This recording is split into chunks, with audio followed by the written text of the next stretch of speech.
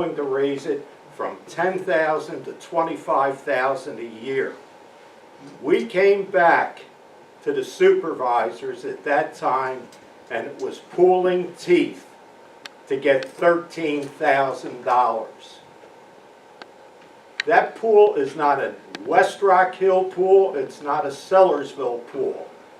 I believe when we did surveys, we have 8 or 9 different communities where the people come from. The big change in that pool took place when Percy built Menlo. And they put a demand on there that if you wanted to be part of the Penn Ridge swim team, you had to belong to Menlo. Now, if I got children that are swimming for Penn Ridge at Menlo, and I am forced to be a member there, why would I be a member at Holiday? We're trying to get over that. That was done by committees that I was not on.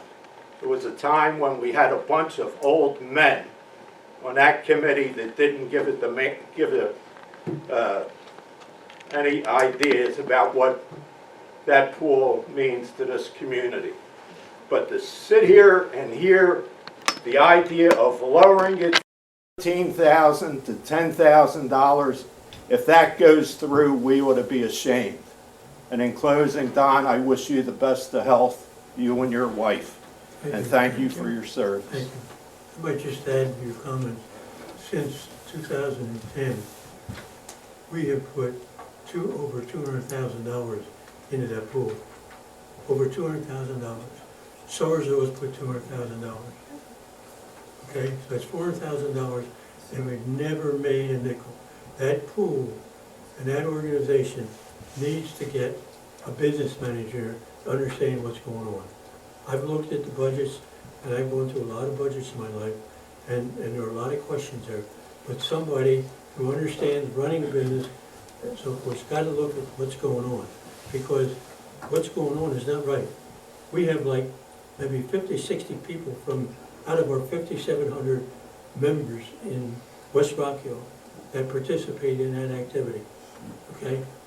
And every year, we put $13,000 in there, and every year, you wind up breaking even or losing a little bit of money. So there's got to be, we got to get over the emotional aspect and look at this as a business. It's either going to function or it's not. How come Sellersville doesn't seem to have a problem?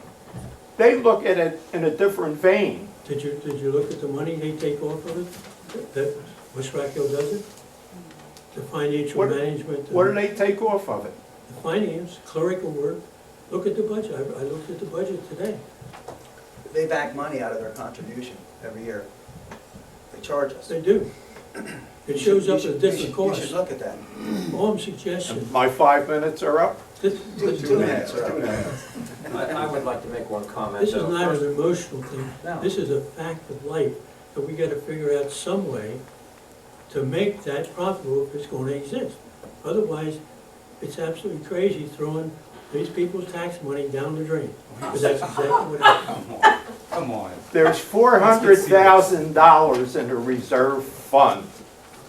There's going to be $400,000 in that reserve fund 10 years from now. If we can't take 5% out of that every year and give it to an asset of this community, we stink.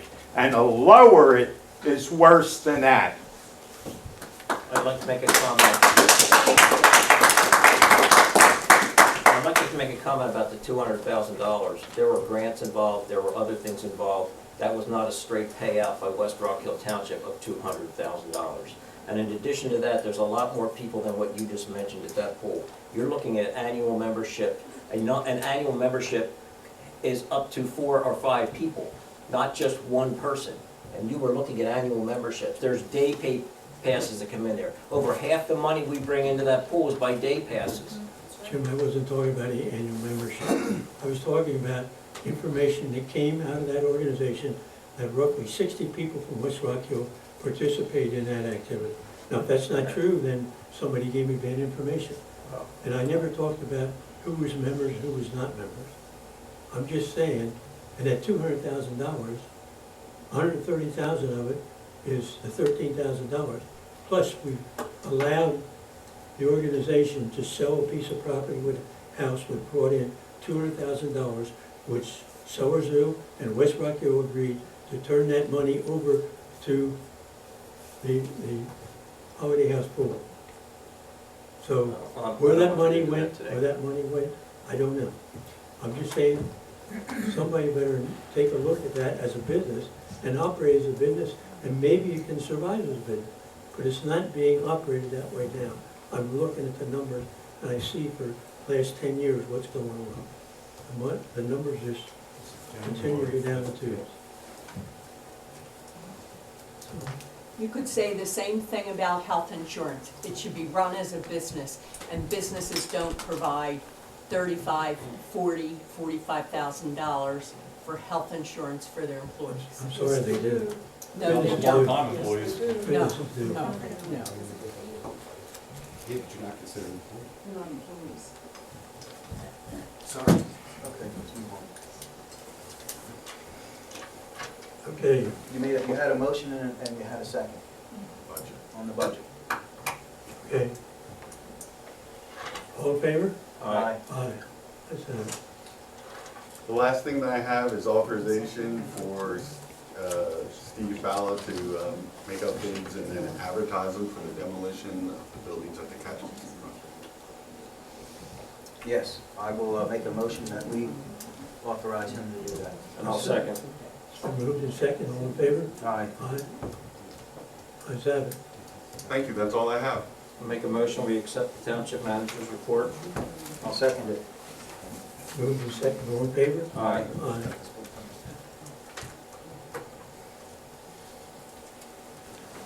Full business.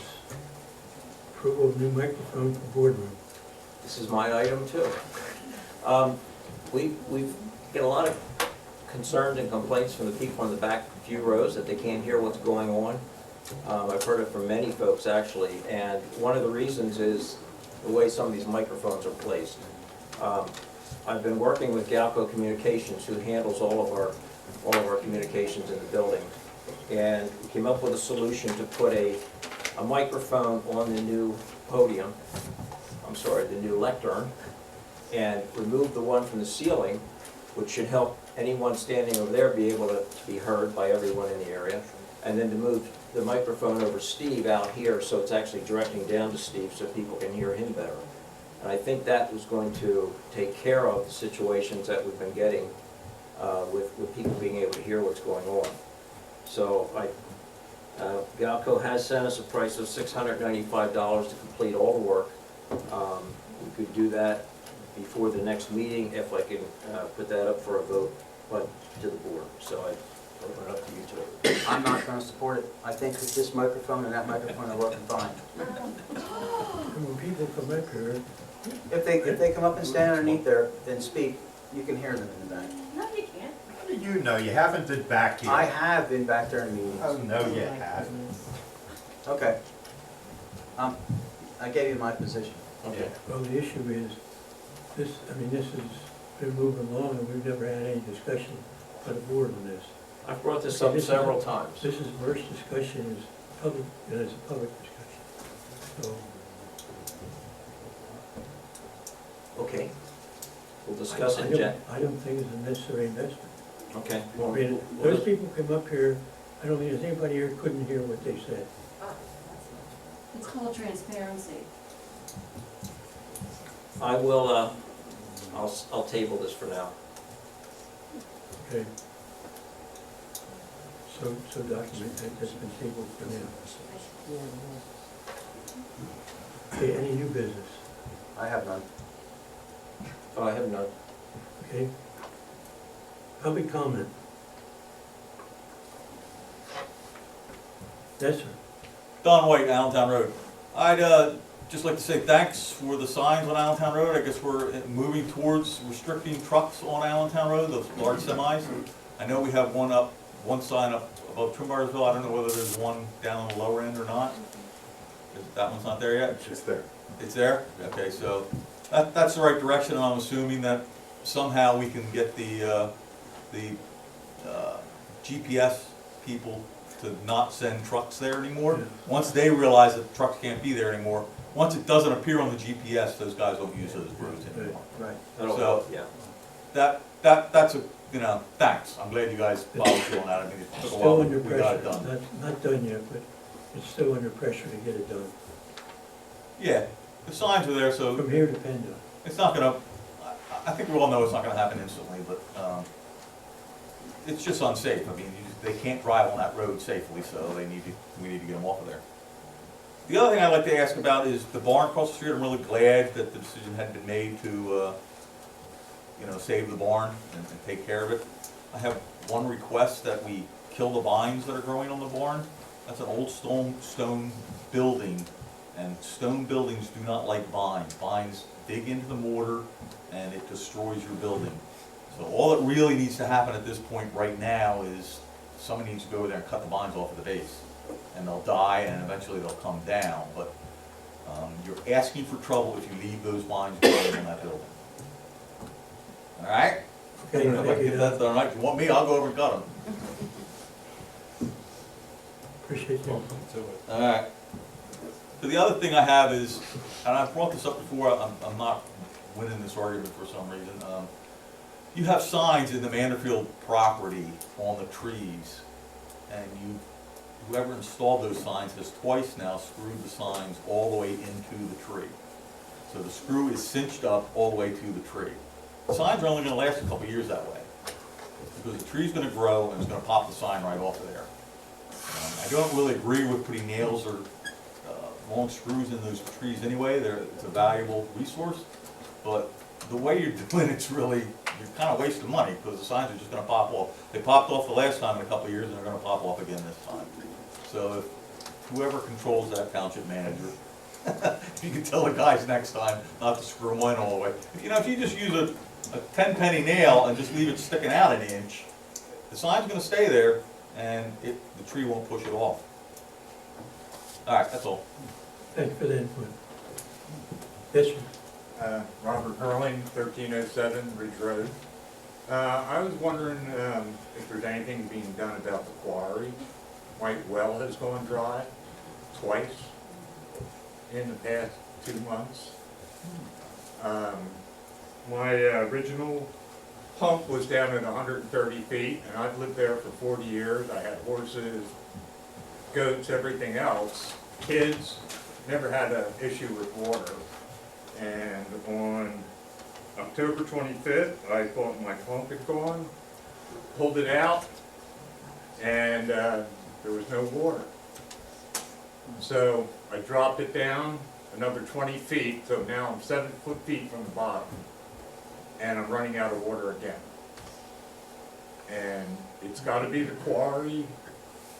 I heard the quarry over the summer was flooded, and they've been pumping it out. I think I talked to you on election day about it.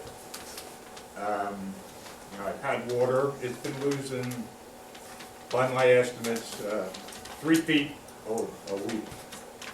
So now I'm down at 150 feet, and I can't run my washing machine.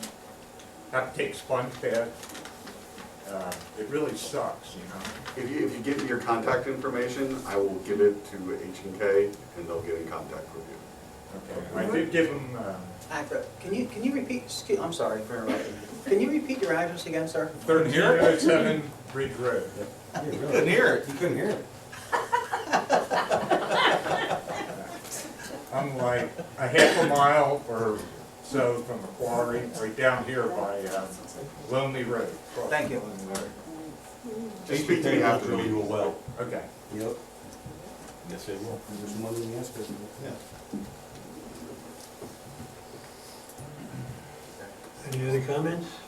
Seeing none, I will, What's that? seeing none, I will call for I'll make a motion. movement for adjournment. I'll second. Moved and second, all in favor? Aye. That's all. Happy New Year, everyone, and Merry Merry Christmas. Christmas. Thank you.